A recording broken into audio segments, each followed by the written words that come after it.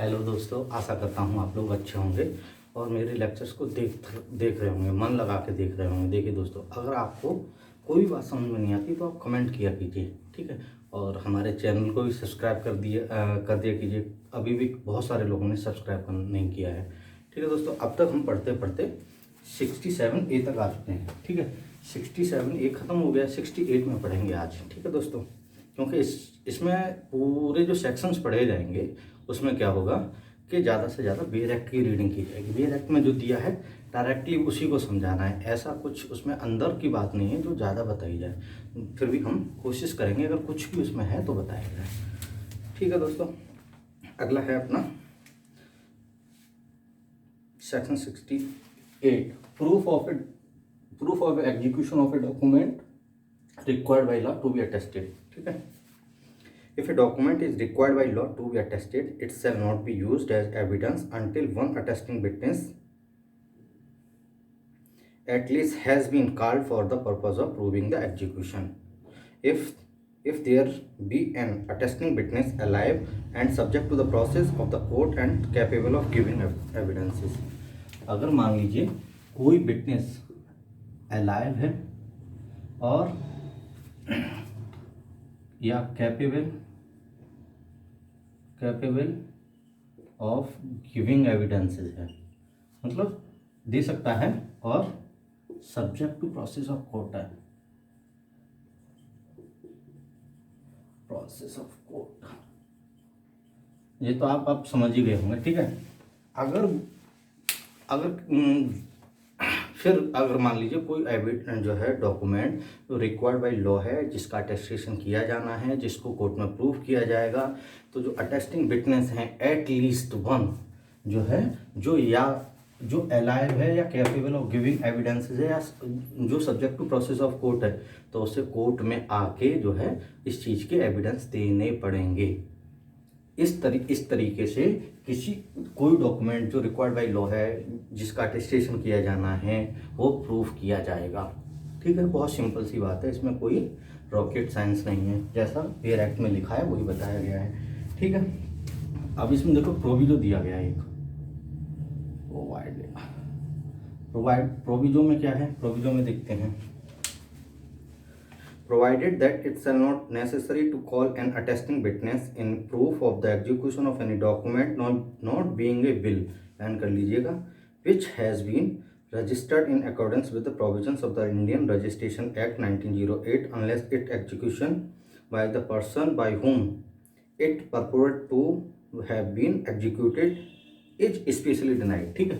अगर मान लीजिए कोई जो है डॉक्यूमेंट तो रिक्वायर्ड बाय लॉ है, जिसका अटेस्टेशन किया जाना है और साथ में उसका रजिस्ट्रेशन भी किया जाना है, और रजिस्ट्रेशन अगर उसका हो गया है, समझिएगा, अगर उसका रजिस्ट्रेशन हो गया है तो फिर उस एविडेंस जो है विटनेस के द्वारा कोर्ट में आने की ज़रूरत नहीं है, वो और तरीक़ों से प्रूव किया जा सकता है। मतलब अगर किसी डॉक्यूमेंट का रजिस्ट्रेशन हो गया है तो कोर्ट जो है उसको विटनेस को कोर्ट में बिना बुलाए भी प्रूफ जो है डॉक्यूमेंट को करवा सकता है, ठीक है।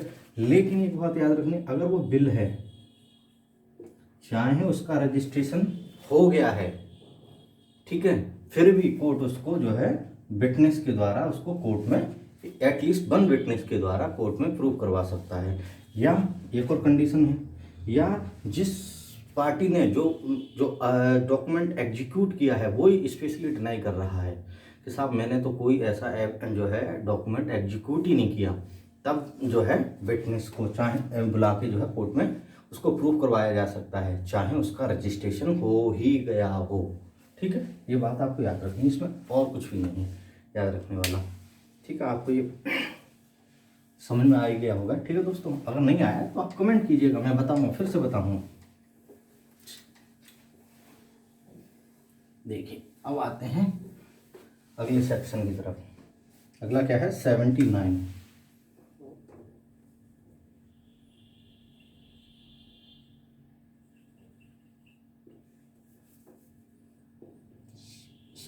निकल जाता है मुझसे, 69 ही है यार, 79 तो अभी बहुत दूर है। Prove where no attesting witness found, ठीक है। अगर जिस समय कोई अटेस्टिंग विटनेस नहीं मिल रहा है, तब कैसे जो है कोई डॉक्यूमेंट जो अटेस्टेड है, जिसका एग्जीक्यूशन हो गया है, जो अटेस्टेड है, उसको कैसे प्रूफ किया जाएगा। ठीक है, प्रूफ वेयर नो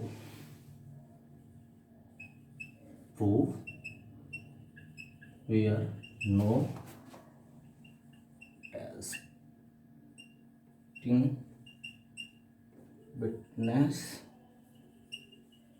फाउंड। ठीक है, अब इसमें क्या है, इसमें वी पढ़ेंगे, वेयर पढ़ेंगे। If no such attesting witness can be found और if the document purport to have been executed in the United Kingdom, it must be proved with the attestation of the one attesting witness at least is in the handwriting and that the signature of the person executing the document is in the handwriting of that person।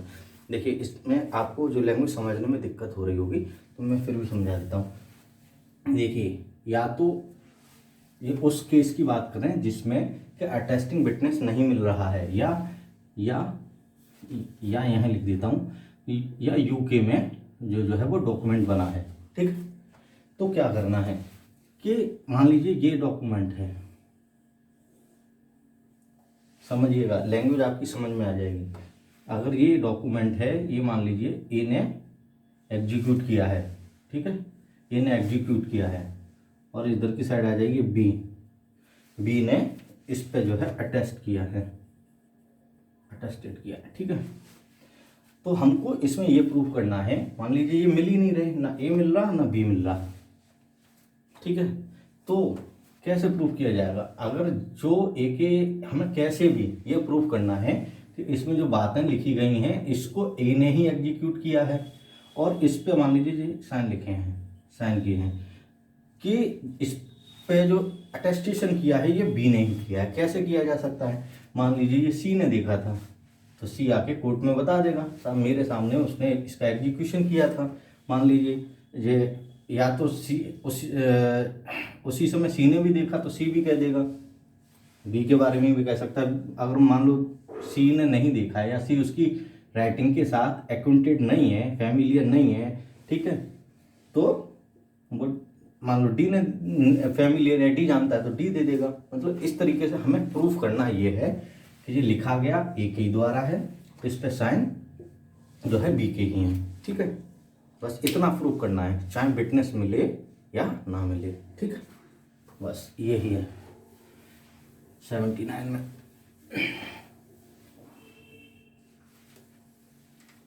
देखिए दोस्तों, अगला है 70।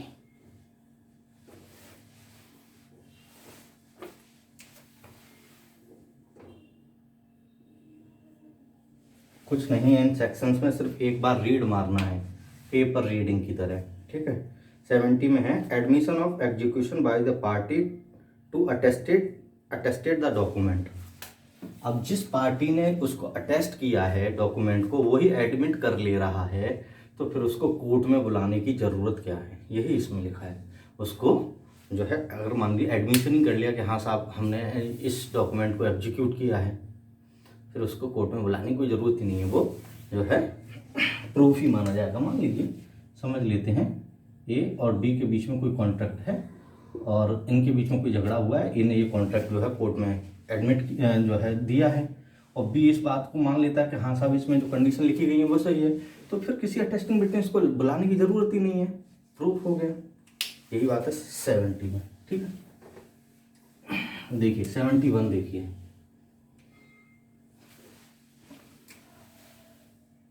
बहुत छोटे छोटे से sections हैं लेकिन बताए दे रहे हैं, क्योंकि कभी कभी इनकी लैंग्वेज ऐसी है कि समझने में थोड़ी सी प्रॉब्लम हो जाती है। Prove when attesting witness denies the execution. अब ऐसी सिचुएशन भी आ सकती है कि जिस पार्टी ने डॉक्यूमेंट को जो है अटेस्ट किया है, ठीक है, अटेस्टिंग विटनेस जो है डिनाई भी कर सकता है कि साहब मैंने इसको इस पे साइन ही नहीं किए।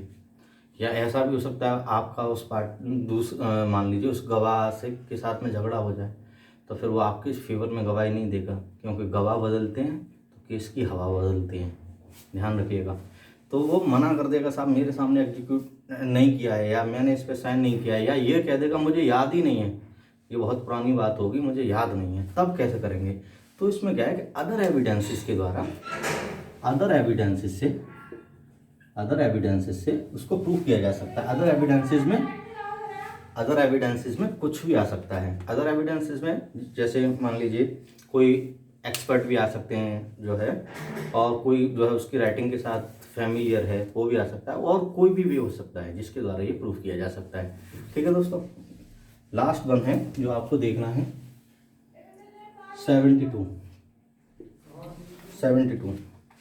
72 में क्या है कि मान लीजिए, इसमें इतनी सी बात है मैं पढ़ दे रहा हूँ। Proof of a document not required by law to be attested. ठीक है, कोई डॉक्यूमेंट है जो रिक्वायर्ड बाय लॉ नहीं है कि उसका अटेस्टेशन किया जाए, लेकिन फिर भी पार्टी ने उसका अटेस्टेशन कर लिया है, उसको कैसे प्रूफ किया जाएगा? उसको ऐसे ही प्रूफ किया जाएगा जैसे कि वो अटेस्ट नहीं हुआ है, मतलब अनअटेस्टेड है। ठीक है, सिंपल तरीके से वैसे ही हो जाएगा। ठीक है, इसमें देखिए मैं एक आपको क्विकली बता देता हूँ कि इन सेक्शंस को जो है याद कैसे रखना है। देखिए इसमें 5 सेक्शन पढ़े हैं हमने, 5 कहाँ से पढ़ा है? 68 से। 68 में क्या है? 68 में बात की गई है कोई भी डॉक्यूमेंट जो है एग्जीक्यूट किया गया है और उसका अटेस्टेशन हुआ है, तो उसको कैसे प्रूफ करेंगे। ठीक है, 68 के बाद 69 में है कि जब अटेस्टिंग विटनेस नहीं मिल रहा है। ठीक है, 70 में है उसने एडमिट कर लिया है, जो अटेस्टिंग पार्टी जो है उसी ने एडमिट कर लिया है, तो कोई दिक्कत ही नहीं है। ठीक है, 71 में है कि जो पार्ट जो है जिसने एग्जीक्यूट किया है डॉक्यूमेंट को, वो जो है मना कर देता है।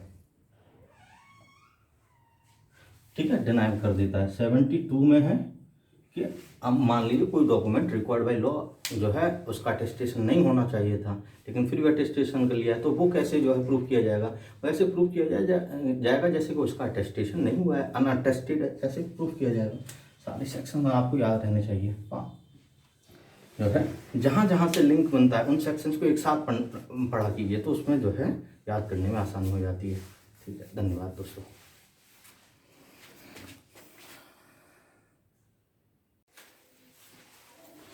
हेलो दोस्तों, देखिए अब तक हमने पढ़ लिया है 72 तक, आज अपना 73 चलेगा।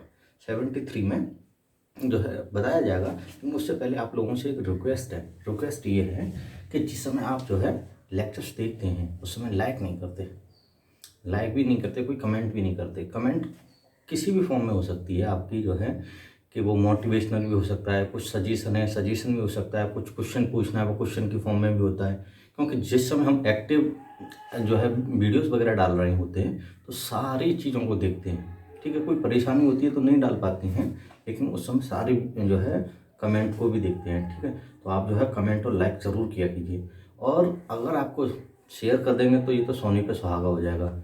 ठीक है दोस्तों, देखिए अगला सेक्शन है अपना 73।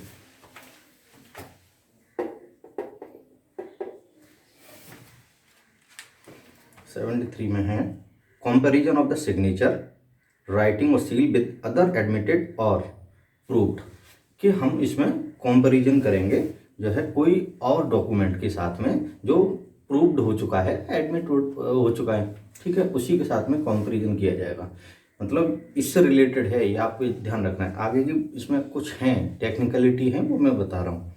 इन order to ascertain whether the signature, writing और seal is that of a person by whom it purported to have been written or made by any signature, writing or seal, admitted or proved to be the satisfaction of the court to have been written or made by that person may be compared with one which is to be proved, although that signature, writing or seal has not been produced or proved for any other purposes। देखिए इसमें इतनी सी ही बात है, मैंने आपके सामने जो है इसका जो है रीड मार दिया। इसमें सेक्शन में सिर्फ इतनी सी बात है कि अगर मान लीजिए कोई राइटिंग है, डॉक्यूमेंट है, ठीक है, डॉक्यूमेंट है, उस पर कुछ लिखा गया है, ठीक है, कुछ लिखा गया है, मान लीजिए उस पर कुछ सील वगैरह भी लगी है, ऐसे करके गोल में लगती है, या साइन वगैरह हैं, कुछ भी है, तो उसको, उस डॉक्यूमेंट को किसी ऐसे डॉक्यूमेंट के साथ जो कोर्ट में प्रूव हो चुका है कि जिस व्यक्ति पे ये जिस व्यक्ति ने ये लिखा है, मान लीजिए जिस पे एलिगेशन है उसने लिखा है कि नहीं लिखा है, ठीक है, और एक प्रूफ उसका लाएंगे कि हाँ ये उसी का हैंड राइटिंग में है, ठीक है, ठीक है, या उसी की सील है या साइन है, जो भी है, उसके साथ कंपैरिजन कर लेंगे, ठीक है, कंपेयर कर लेंगे। तो कंपेयर कौन कौन कर सकता है, कंपेयर कर लेंगे तो पता लग जाएगा कि ये उसके हैंड राइटिंग में है या नहीं है, ठीक है। एक बात आती है इसमें कि इसमें कंपेयर कौन कौन कर सकता है। देखिए अभी और बताऊंगा, आगे और पढ़ लेते हैं। द कोर्ट में डायरेक्ट एनी पर्सन, लाइन कर लीजिए, any person present in the court, दूसरा इस पर भी लाइन कर लीजिए, प्रेजेंट इन द कोर्ट, ठीक है, टू राइट एनी वर्ड्स और figures for the purpose of enabling the court to compare the words और figures so written with any words और figures alleged to have been written by such person, ठीक है।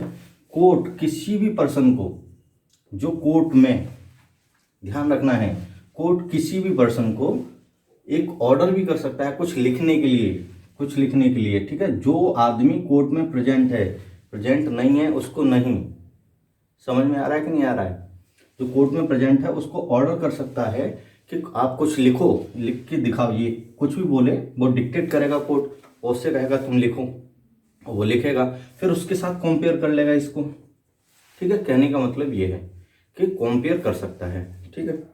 This section also apply with any necessary modification to the finger impression, ये जो है finger impression पे भी लगेगा। देखिए अब तक हमने सेक्शन 45 पढ़ा था। सेक्शन 45 में क्या पढ़ा था, सेक्शन 45 में पढ़ा था कि जो है किसी भी जो फॉरेन आर्ट वगैरह और इस पे जो है कोर्ट जो है एक्सपर्ट की ओपिनियन ले सकता है। तो कोर्ट जो है इसको भी कंपेयर करने के लिए एक्सपर्ट की ओपिनियन ले सकता है। तो आपकी समझ में आ गया कि ये डॉक्यूमेंट को एक्सपर्ट के द्वारा भी प्रूफ कराया जा सकता है।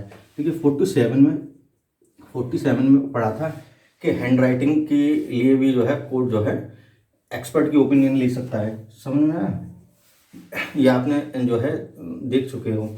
और 73 ये कहता है कि कोर्ट अपने आप भी कंपेयर कर सकता है।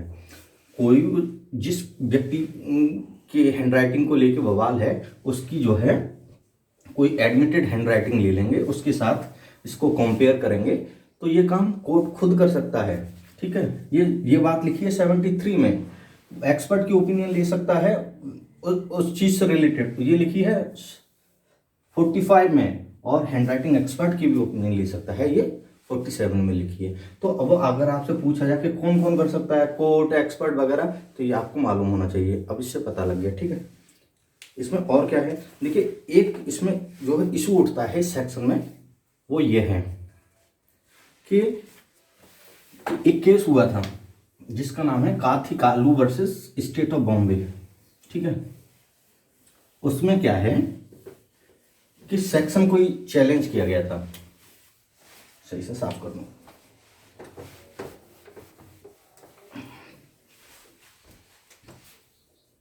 काथी Kalu versus state of Bombay, ठीक है। इस वाले केस में क्या हुआ था, 73 को चैलेंज किया गया था, किस बेसिस पे, आर्टिकल 20 के सब क्लॉज 3 के बेसिस पे। देखिए आर्टिकल 20 तो आपको मालूम ही होगा, आर्टिकल 20 में क्या है, आर्टिकल 20 में 3 क्लॉज हैं, ठीक है। पहला है एक्सपोज फैक्टो लॉ, दूसरा है डबल जेओपार्डी, तीसरा है सेल्फ इंक्रिमिनेशन। तो सेल्फ इंक्रिमिनेशन के बेसिस पे इसको चैलेंज किया गया था। क्योंकि भाई इसमें यही तो कि कोर्ट किसी को जो है कहता है कि तुम लिखो कुछ, हम डिक्टेट कर रहे हैं, तुम लिखो, फिर उसके साथ हम कंपेयर करेंगे, मतलब आदमी से खुद एविडेंस ले रहे हैं, इस बेसिस पे जो है इसको चैलेंज किया गया था। तो इसमें कोर्ट ने कहा कि भाई ये सेल्फ इंक्रिमिनेशन नहीं है, ये एक फर्निशिंग एविडेंसेस के रूप में देखा जाएगा, ना कि सेल्फ इंक्रिमिनेशन के रूप में, ठीक है। कि जो व्यक्ति से हम लिखने के लिए बोल रहे हैं वो एविडेंस दे रहा है, ना कि उसका जो है सेल्फ इंक्रिमिनेशन हो रहा है, ये बात बोली गई थी। तो ये बात आपको याद रखेंगे। ये जो है केस कई जगह पूछा गया है। जब आप जो है ऑब्जेक्टिव क्वेश्चन लगाएंगे तो पूछा जाता है। ठीक है दोस्तों, तो आपको ये बात ध्यान रखनी है। और क्या रह जाता है इसमें? और तो ऐसा कुछ भी नहीं है जो आपको जो है इसकी बेयर रीडिंग से ही ना पता लगे सेक्शन की। एक बार जो है रीडिंग ज़रूर किया कीजिए। देखिए फिर भी कोई एक बात आपकी समझ में नहीं आई है तो आप मुझे कमेंट कीजिए, मैं आपको